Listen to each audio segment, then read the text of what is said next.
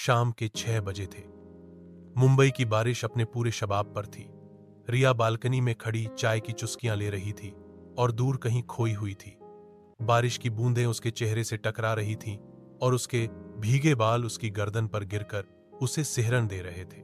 वो इसी बारिश से प्यार करती थी और उसी बारिश में उसने आरव से पहली बार मुलाकात की थी 2 साल पहले। वही जुलाई का महीना, वही बारिश। रिया ऑफिस से लौट रही थी जब अचानक तेज बारिश शुरू हो गई। उसने सड़क के किनारे एक दुकान के छज्जे के नीचे पनाह ली।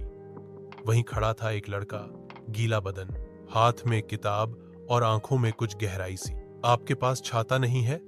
उसने मुस्कुराकर पूछा। नहीं, रिया ने हौंसते हुए कहा। मुंबई में छाते से ज्यादा भरोसा तो बारिश पर होता है। उस दिन वो सिर्फ एक बातचीत थी, लेकिन बातों का सिलसिला वहीं से शुरू हुआ। धीरे धीरे वो 2 अनजान लोग दोस्त बन गए। दोस्ती प्यार में बदली और अब 2 साल बाद रिया और आरव एक ही फ्लैट में साथ रहते थे। रिश्ता नया नहीं था, मगर हर दिन में कुछ नया था। आज की बारिश ने रिया को फिर से उन पलों में लौटा दिया। पीछे से आरव आकर उसके कंधे पर हाथ रखता है।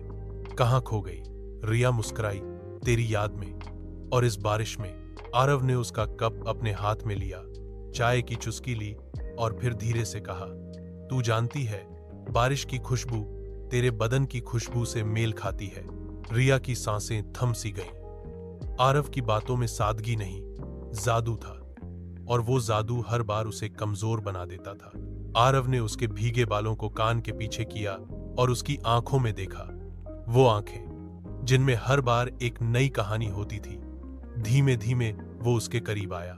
रिया की धड़कनें तेज हो गईं। आरव ने उसकी हथेलियां पकड़ी, उन्हें अपने होठों से छुआ, नर्म, गर्म और बहुत एहसास से भरा हुआ। रिया की आंखें बंद हो गईं। कमरे का तापमान बदल गया था। बारिश बाहर बरस रही थी और उनके बीच एक और मौसम आकार ले रहा था। तू अब भी कांप रही है? आरव ने उसके कान में फुसफुसाया। ठंड से नहीं, रिया ने आंखें खोले बिना कहा। आरव ने उसे अपनी बाहों में भर लिया। उसने रिया को गोद में उठाया और बेडरूम की ओर चल पड़ा।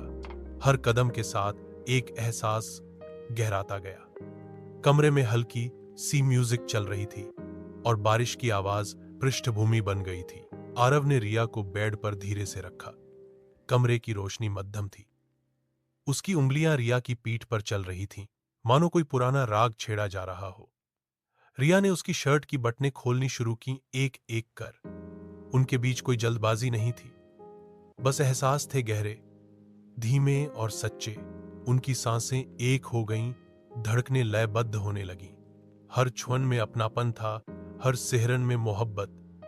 कमरे में न कोई शब्द थे, न जरूरत थी, सिर्फ खामोशी की वो भाषा जो सिर्फ 2 लोग समझ सकते हैं, जो एक दूसरे में पूरी तरह डूबे हुए हों। बरसात की वो रात लंबी थी, मगर उनके लिए वो जैसे एक पल में बीत गई। सुबह की पहली किरण जब खिड़की से भीतर आई, रिया आरव के सीने पर सिर रखकर सो रही थी और आरव उसकी पीठ पर उंगलियां चला रहा था। तू बारिश से डरती तो नहीं है ना?